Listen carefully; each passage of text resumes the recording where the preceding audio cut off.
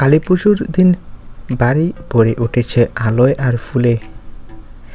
এইবার পুজোটা কিন্তু সোনা সাহা আর প্রতীক সেনের জন্য একেবারেই অন্যরকম। সোনা নিজেই জানিয়েছেন এই দিনটা শুধু পুজোর না, আমাদের জীবনের নতুন শুরু।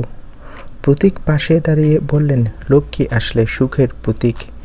এবার সেই সুখটা আমরা একসাথে চাই। শোনা যাচ্ছে কালী পুজোর রাতেই দুই পরিবারের মধ্যে বিয়ের তারিখ নিয়ে আলোচনা হয়েছে। বাড়িতে নাকি অতিথি আর আত্মীয়রা মিলে খুশির উৎসব করেছে।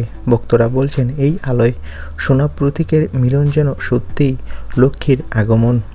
যেভাবে কালী পুজোর শেষে অলক্ষ্মী বিদায় করে লক্ষ্মীকে ঘরে আনা হয়, ঠিক তেমনি এই বছর সোনা সাহার জীবনে এসেছে প্রতীক, এক নতুন আশীর্বাদ হয়ে। তাহলে কি সত্যি এই কালী পুজোতেই বিয়ের সূচনা?